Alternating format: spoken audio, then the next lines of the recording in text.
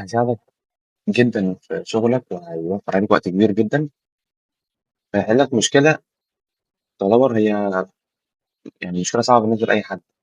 طبعًا ما حدش فينا بيحب يشوف المنظر زي ده، منظر زي ده أنت شايف مجرد بس ملفات PSD مش عارف شكل الملف من جوّه عامل إزاي، يعني لأ، عشان تشوف شكل ملف من دول لازم تفتحه، الملفات بتبقى حجمها كبير، فعقبال ما تفتح والبرنامج يشوفها وأنت مجرد بس عايز تفتحها عشان تشوفها مش أكتر، وبتاخد وقت كبير جدًا.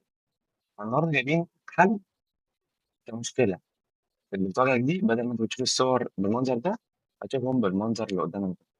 هيبقى الصور كلّها كده، أكنّهم صور عادية، تمام، تمام. طيب، إيه بقى البرنامج ده؟ إحنا النهارده هنشرح برنامج اسمه Sage Thumbs. لو دخلت على مايكروسوفت بينج أو جوجل أيًا كان كتبت Sage Thumbs، لو دخلت كده Sage Thumbs هيطلع لك أول اختيار منهم عادي download وهنحمّل البرنامج بشكل طبيعي خالص ولا كأن في أي زي ما بتحمّل أي برنامج. تمام، هو بيتحمّل معانا، بعد ما يتحمّل بيطلب التسطيب بنسطّبه عادي English next. طبعًا من ضمن عارفين بقى next next وخلاص، وبيتسطّب عندنا طبيعي.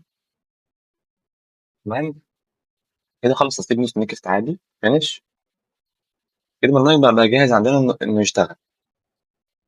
طبعًا لو تاخد بالك إحنا دخلنا نفس الملفات اللي كانت في الأول، في بعضها ظهر وبعضها لأ. ده بسبب إيه؟ بسبب اختيار في الملف من جوّه إن هو بيطلب منّك أنا لمّا آجي أعمل لك preview للملفات، إيه أقصى ملف يتعمل، يعني إيه أقصى ملف ممكن أعمله. أنا ممكن أمسك أي ملف من دول كليك يمين هتلاقي في برنامج بقى اسمها Sage Sums. في تحت خالص حاجة اسمها options. هو هنا الmaximum size عشان يعرض الصور 100 ميجا. أنا ممكن نمسكها خلّينا مثلًا إيه، حُط حبّة حلوين كده عادي مش هاقول لك لأ. أنا دوست select all عشان يعمل أي ملف وخلاص. ممكن أخلّيها 500 مثلًا، بس أوكي. هيapply الحاجات دي كلّها علشان يشتغل. لو دخلنا تاني هنلاقي إن كل الملفات فعلًا اللي كانت قدامنا في الأول بقت ظاهرة. أنا بقيت قادر أشوف الصور، قادر أشوف عارف ده وده وده وأي design من دول من غير حتى ما أفتحه ولا من غير حتى إن أنا محتاج أدوس عليه كليك يمين وأشوف الحاجات دي كلّها. أنا عندي كل الملفات باينة، كل الملفات أنا شايفها من برّه. طيب، في بقى إيه بقى أحلى حاجة في البرنامج ده أو الحاجة الوحيدة اللي ممكن تفيدك غير إن هو بيعرض لك الصور، في حاجة حلوة خالص. مثلًا دي فتحت ملف زي ده، أنا عندي ملف زي ده عشان أعمل له صورة محتاج أدوس عليه double click وأفتحه في البرنامج وأعمل له export وأختار المكان والكلام ده كلّه. لكن بمجرد بس ما أنت خلصت الdesign وحفظته كملف PSD، أنت ممكن تعمل كليك يمين على أساس إني أورّيك، نعمل group by type عشان أورّيك الصور اللي تطلع تحت وده ملف PSD عشان ما تقولش إن إحنا مكررين البتاع. لو دوست كليك يمين جيت تحت خالص هتلاقي في حاجة اسمها convert to JPG. دوست عليها كده بقى الصورة طلعت خلاص، أنت مش محتاج تعملها. الصورة الquality بتاعها برضه حتى كويس مش وحش، مش بيعمل لك أي صورة وخلاص، لأ ده صورة quality عالية.